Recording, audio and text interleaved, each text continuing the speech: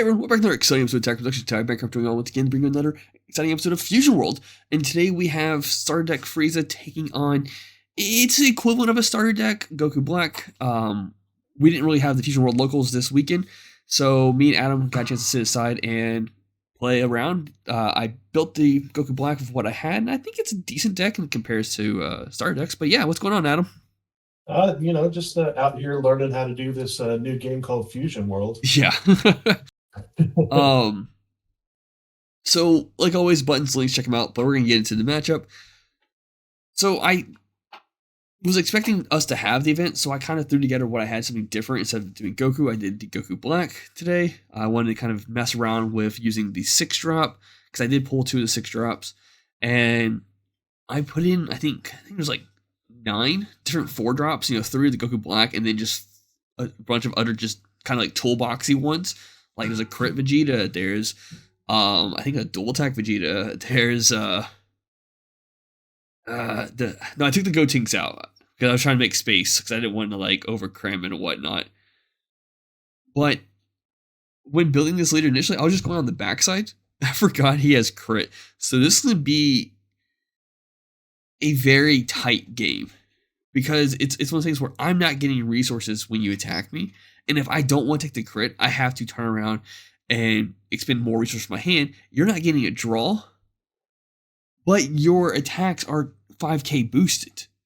So now, like, I have to like get rid of a 10k combo because a 5k combo won't work in this situation. Mm-hmm. And this And I've Bolo, noticed. go on. Yeah, well, I was just going to say I've noticed a lot of decks are playing a lot of one-cost draw ones, which go really well against a crit type of a strategy. But yeah, the one drops that I run are typically more utility. So like that Bulma allows me to use an extra card for one less blue energy, and then of course that peel off loop. You want to go over that? Yeah, so blue has a fun interaction when it comes to peel off. When you play peel off, as long as you have 7 or less cards, you can bring back an Earthling to your hand with energy cost 1.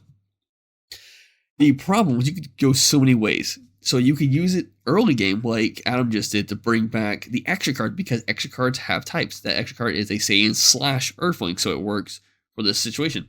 In late game, you play peel off to pull a peel off back. You pay 1, play a peel off, and you just repeat this process. Eventually, you also search for like you play the pans to draw 2, discard 2, and what you're doing, you're fixing your hand, you're getting your board set up because since there's no negates in this game, when you're going for that final swing, you have combo power on the board already, and you've used those cards to cycle more cards to your hand to some way.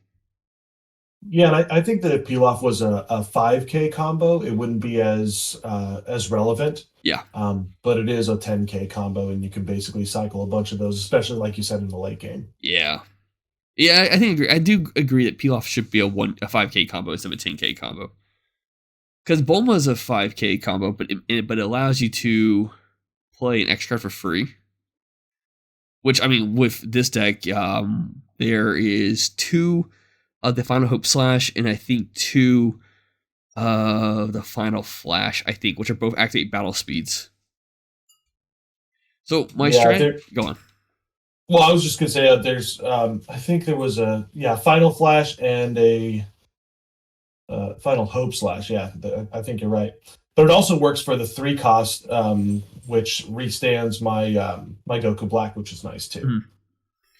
So strategy was get you to 4 alive, if not under, as fast as possible. The problem was that these 1-drops, you're not doing anything with them. So I was like, okay, cool. I'm just going to play these freezes, which will allow me to tap your cards down. And then I went to kind of focus on some of your battle cards. I took out the Bulma, just because it's a card that you could just, like I said, every turn, as long as I don't touch it, you're freely doing your activate battle cards. The Vegeta is just an annoyance, and I was just trying to get rid of it. I didn't go for the peel off just because if I put it in your drop, then you're just going to play a peel off and bring peel off back. And I was like, I'm not going to worry about that right now. If he wants to combo it off later on his terms, that's fine with me. That's not as big of an issue for me. Having to block, use this King Cole really sucked because I wanted to play it. But I just didn't want to take 2 crits this turn.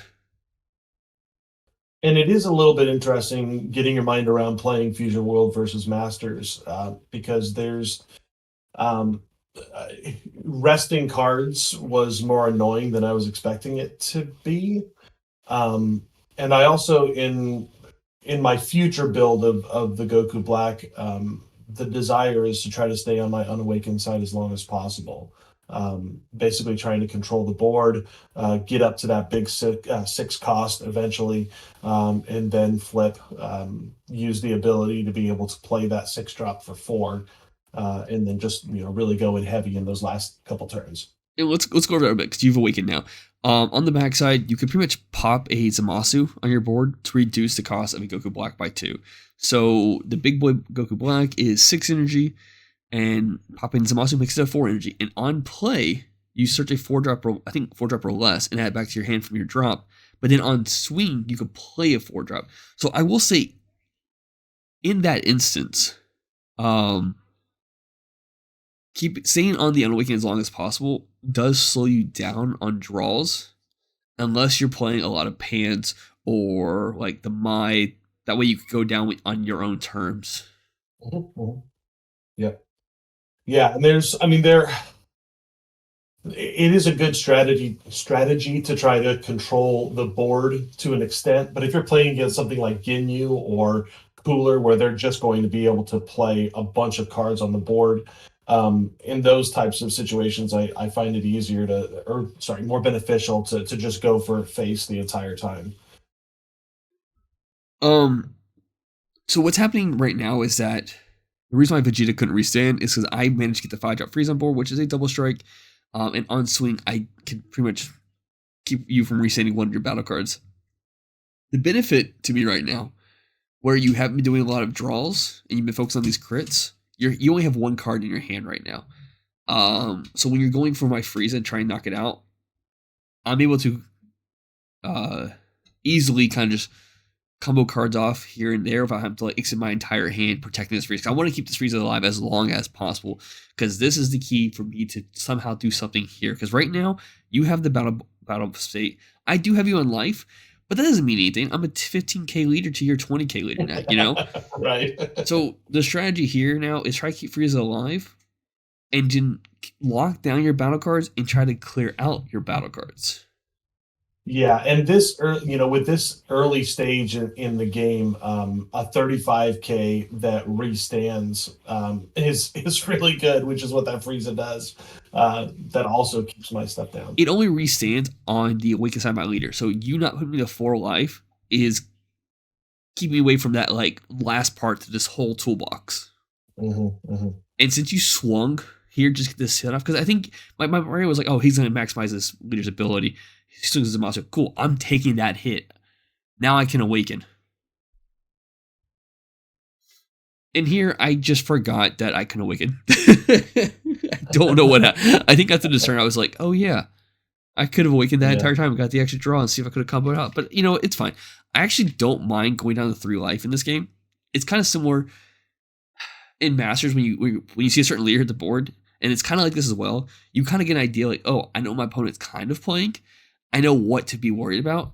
Because I build this deck that you're playing right now, I know there's 2 Vegetas in your deck that are double strike. So I'm like, if I go down to 2 life, this is scary because then he could just throw this Vegeta on the board, which I think Vegeta bottom deck's a 5 or less cost card, which is annoying. So like, as soon as you get Vegeta on the board, I'm like screwed. So I'm just trying to hope that I don't want to go down to 2 life just in case you were to slam that card on me, because then it's like in threat range. Yeah. Yep. And I think at this point in time, you're starting to keep that 6 cost Goku Black down, which is the strategy to go with. Because if I swing with that, then I just get to play a Goku Black a 4 cost or less. Yeah. Yeah. Anything, right? It doesn't it's 4 or less, yes. Yeah. Yeah. So that's a good strategy. But here I've awakened finally, which is where I want to be. This does a lot better. This particular Frieza, on attack, if I recall correctly, will rest one of your cards. And in this, a pool, I think his name is, it's been a bit, is a blocker, which when KO'd will draw me a card as well. So here I'm kind of just tapping down your Peel-offs, you can't use them against me. I think I'll end up attacking to that peel-off as well.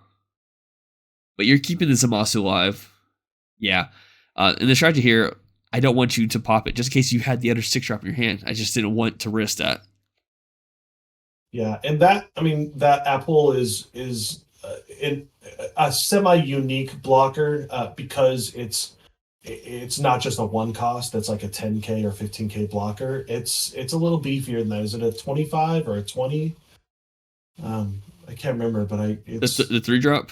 The yeah, blocker? the 3-drop blocker. Yeah, he's Yeah, 20. Oh, yeah, his name's like, what, Uli or something? apple. I think you had it right. It looks like it's 3 letters. Yeah, yeah, but it's a lot of the blockers in this game, at least currently, are a 1 or a 2 cost blocker that's like a 5, 10, or 15.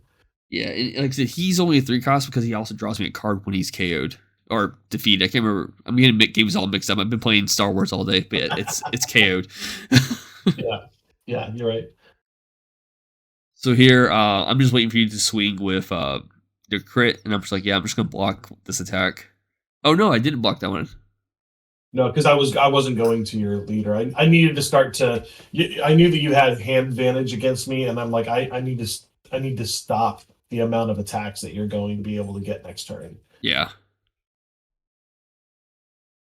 And here, you, because there's no, in Masters, there's a window where you have to pause, but blocker is still an auto, so when you attacked, I was debating on blocking, and you went ahead like, I'm going to do this, like, hang on, I have a response, give me a second, I'm thinking if I want to do it or not. Yeah. Because one of those things, like, I don't want to go down to life, you know? Sure. I got 2 cards in my hand, and super combos don't draw in this game. So. No, they're and I mean, if you end up playing them, they're definitely great for protection. Like they're a great 20k combo piece. Some people won't play a 4 of from what I've heard. Now, granted, I think those events were also draft events, so like they didn't have it option to see them. But like if you're playing a super aggro based deck, like having a just 10k combo on your turn if you're trying to apply pressure, you know? And sometimes it's better to play a lower cost card that you can play or use as a combo piece. But in my mind, you play the super combos. You have 4 of them. If all else fails, it's just protection. Now, here's the kicker. If you are, like in your situation, you were keeping my resources low by hitting me with crits and forcing me to do other things, there was any moment you could have swung with a 20k card and my hand's low enough because you're not giving me my life. I might have been forced to combo a super combo off, which didn't be a waste of a combo, you know? Like, there are opportunities where that does occur. Like, I think there was one game I played last week where I saw 3 super combos, and I'm like, I don't want to combo these ones off, so I'm taking the extra damage now and hoping I draw other things to combo off with. And here's that card I was talking about earlier, that extra card that stands one of my cards. Super good. Which is really great, yeah, because, like, once again, if you happen to have a 4-drop in your hand, you can play it. And I think you, or 4 or less, and I think you end up playing a Piccolo this turn. Yeah, there it is. Which, Piccolo brings you back an extra card. So, I mean, here comes the Final Hope Slashes. Yeah, there's some nice synergy. You know, I've heard, well, I've seen on some other channels that Goku Black is not seen of as fondly as maybe a higher tier blue leader in this game. But I think that, you know, with a little bit of ratios, maybe some other cards, I think it could be good. It could be. I mean, it's going to be at least a fun deck for me to play. I usually for sure. play Goku Black anyway. So, and like I haven't dropped any profiles yet in this game because like I kind of feel like the idea where you can't mix colors, the builds kind of break down to like a 90% build for every profile you do. You know, like it'd be like 10 cards that are different, and that's literally just ratios. But finding that correct ratio is half the battle. And once you get to that point, you get super comfortable with your builds, and you kind of can figure out like how to interact with certain things. Like, and like we talked about earlier, like right now, I'm literally just keeping you locked down. And so for this turn, I'm trying to poke. I'm trying to get you down 2 life. I'm trying to see if I can get you at 2 life because it tells me what I need to do here. I'm like, oh, cool. Here it is. We're going to swing leader. We're going to combo. We're going to put this in rest mode. And I do a little bit of comboing here. And this is really just trying to... Do I combo? I thought I did. No, I don't.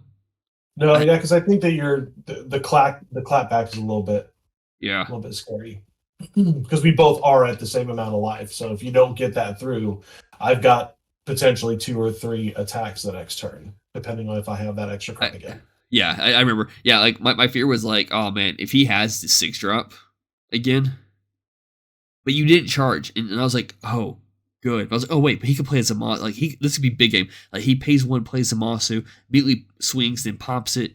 I'm like, oh man, this is crazy. But you tap 3, and I'm like, thank God, because if you had another 6 drop, you were somehow able to play this turn.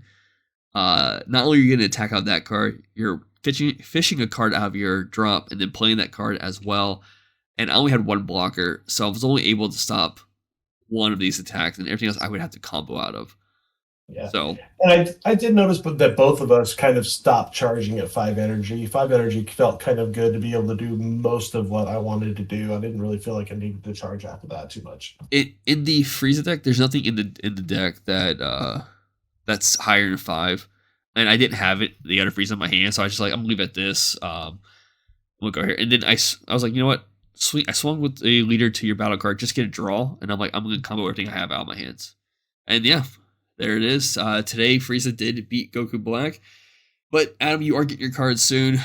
But we'll have a rematch if you want to do that. I'll actually tweak and not do starter deck Frieza, and probably get my ass kicked because you'll have a legit deck where I'm only using partial stuff. But thank you all for tuning. You're playing against me. You're not getting your butt kicked. Thank you all for tuning in. Keep minders buttons links down below. Have a good one. Bye.